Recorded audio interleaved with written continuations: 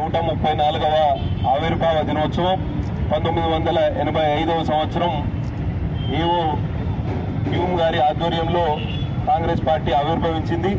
ఆ రోజు స్వతంత్ర కాంక్షతోటి పార్టీ ఉద్భవించినా కానీ స్వతంత్రం వచ్చిన తర్వాత అన్ని వర్గాలకు సంక్షేమ ఫలాలు అందాలనే ఉద్దేశంతో కాంగ్రెస్ పార్టీని కొనసాగించడం జరిగింది. 134 సంవత్సరాల చరిత్ర కలిగిన ఈ పార్టీని మనం అందరము రాబోయే రోజుల్లో శక్తివంచన లేకుండా కృషి చేస్తూ పటిష్టపరుస్తూ అన్ని వర్గాలకు సంక్షేమ ఫలాలు అందడానికి కృషి చేయాలి. ఈ సందర్భంగా నేను 2 విషయాలు మాట్లాడదలుచుకున్నా. ఇప్పుడు 26వ తేదీ డిసెంబర్ 26 నుంచి 26వ తేదీ జనవరి వరకు మనకు ఓటర్ నమోదు కార్యక్రమం జరుగుతుంది. కాబట్టి కౌన్సిలర్లు, పట్టణ బాధ్యులు, గ్రామ బాధ్యులు అందరూ కూడా ఈ ఓటర్ నమోదు ప్రక్రియలో పెద్ద ఎత్తున పాల్గొనాలి.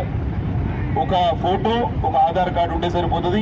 ఎక్కడికక్కడ ఆన్లైన్లో మనం ఓటర్ నమోదు కార్యక్రమంలో నమోదు చేయించుకోవచ్చు. ఎందుకంటే మనం చూసినాం, మొన్న జరిగిన అసెంబ్లీ ఎన్నికల్లో దాదాపు 22 లక్షల ఓటర్లు గల్లంతైనాయి రాష్ట్ర వ్యాప్తంగా.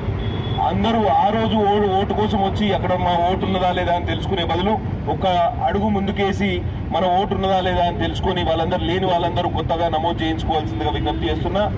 మన ప్రజా కార్యాలయం కాగజ్ నగర్లో మన కంప్యూటర్ ఆపరేటర్ ఉంటాడు, నిరంతరం అవైలబుల్ ఉంటాడు. మీకు ఒక ఫోటో, ఒక ఆధార్ కార్డు ఉంటే సరిపోతుంది. ఆ పేరు ఎక్కించుకోవచ్చు. తర్వాత ఇది ఓటర్ నమోదు కార్యక్రమం నెల రోజుల పాటు నిరంతరాయంగా జరుగుతుంది. రాబోయే పార్లమెంట్ ఎన్నికల్లో, స్థానిక సంస్థల ఎన్నికల్లో మీకు అందరికీ ఓటు హక్కు కావాలి అని అంటే తప్పకుండా ఓటర్ నమోదు ప్రక్రియలో పాల్గొనాలని ప్రజలందరికీ విజ్ఞప్తి చేస్తున్నా. అట్లనే 18 సంవత్సరాలు నిండిన వాళ్ళు ఎవరైతే జనవరి 1వ తారీఖు వరకు 18 సంవత్సరాలు నిండితాయో వాళ్ళందరూ కూడా కొత్తగా ఓటర్ నమోదు ప్రక్రియలో పాల్గొనాలని విజ్ఞప్తి చేస్తున్నా. ఇంకో 2వ విషయం, గ్రాడ్యుయేట్ ఎమ్మెల్సీ ఎలక్షన్లు కూడా మన మార్చిలో జరిగే అవకాశం ఉన్నది.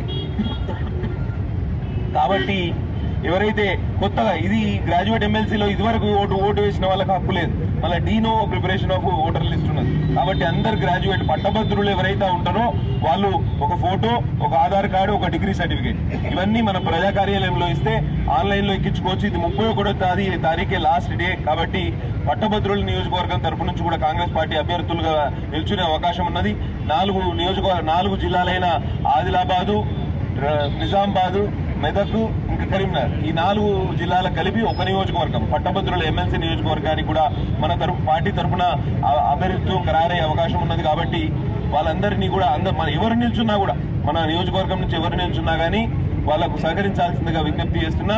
మీరందరూ కూడా పట్టభద్రులు, పోయినసారి తెలంగాణ ఉద్యమ సమయంలో చాలా మంది పట్టభద్రులు అందరూ ఈ దీంట్లో నమోదు చేయించుకున్నారు. కానీ వాళ్ళెవరు కూడా మళ్ళా చేయించుకోవాలి. ఎవరు పోయినసారి ఎలక్షన్లలో ఓట్లు వేసిన వాళ్ళు కూడా మళ్ళీ ఈసారి చేయించుకోవాలి. కాబట్టి మీరందరూ సహకరించవలసిందిగా విజ్ఞప్తి చేస్తున్నా. ఈ 2 విషయాలలో కార్యకర్తలు కూడా చొరవ తీసుకుని మన వాళ్ళందరికీ చెప్పాలి. రాబోయే రోజుల్లో ఏది ఏమైనా కూడా కాంగ్రెస్ పార్టీయే అన్ని వర్గాల సంక్షేమం కోసం పోరాటం చేస్తుంది. మేము ప్రతిపక్షంలో ఉన్నంత మాత్రాన చేష్టలు చూసే అవకాశమే లేదు. మేము ఎక్కడ ప్రజా సమస్యలు ఉంటే అక్కడ వాళ్తాం. ఇంకా రెట్టించిన ఉత్సాహంతో ప్రజలకు సంక్షేమం అందించడానికి కృషి చేస్తాం. ఎక్కడ ఏ అవసరాలు ఉన్నా కానీ, రైతులకు ఏ ఇబ్బందులు ఉన్నా కానీ, లేకపోతే కార్మికులకు ఏ ఇబ్బందులు ఉన్నా కానీ మాకు తెలియపరచండి. తప్పకుండా మేము అక్కడ రెక్కలు కట్టుకుని వాళ్తాం.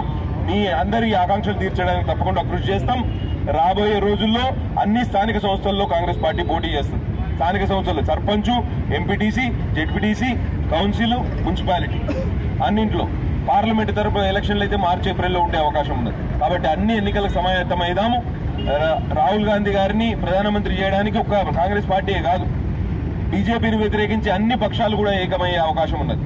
కాబట్టి అన్ని పార్టీలు కూడా మనకు సహకరిస్తాయి. కాబట్టి ఈసారి మాత్రం తప్పకుండా మళ్ళా రాహుల్ గాంధీ గారిని ప్రధానమంత్రి చేస్తేనే ఈ దేశం బాగుపడే అవకాశం ఉన్నది. లేకపోతే తిరోగమన చర్య, జీఎస్టీ విషయంలో మనకు మోసం జరిగింది, నోట్బందీ విషయంలో మనకు మోసం జరిగింది. అసలు ఈ బీజేపీ ప్రభుత్వం ఈ దేశానికి సుస్థిరమైన నాయకత్వం ఇస్తామని చెప్పి గద్దెనెక్కి మొత్తం ప్రజలను వంచింది. వ్యాపారస్తులను జీఎస్టీ పేరిట వాళ్ళను మోసం చేసింది. అన్ని వర్గాలను మోసం చేసి దళితులకు వ్యతిరేకంగా వ్యవహరించింది, ఆదివాసులకు వ్యతిరేకంగా వ్యవహరించింది, మైనారిటీలకు వ్యతిరేకంగా వ్యవహరించింది.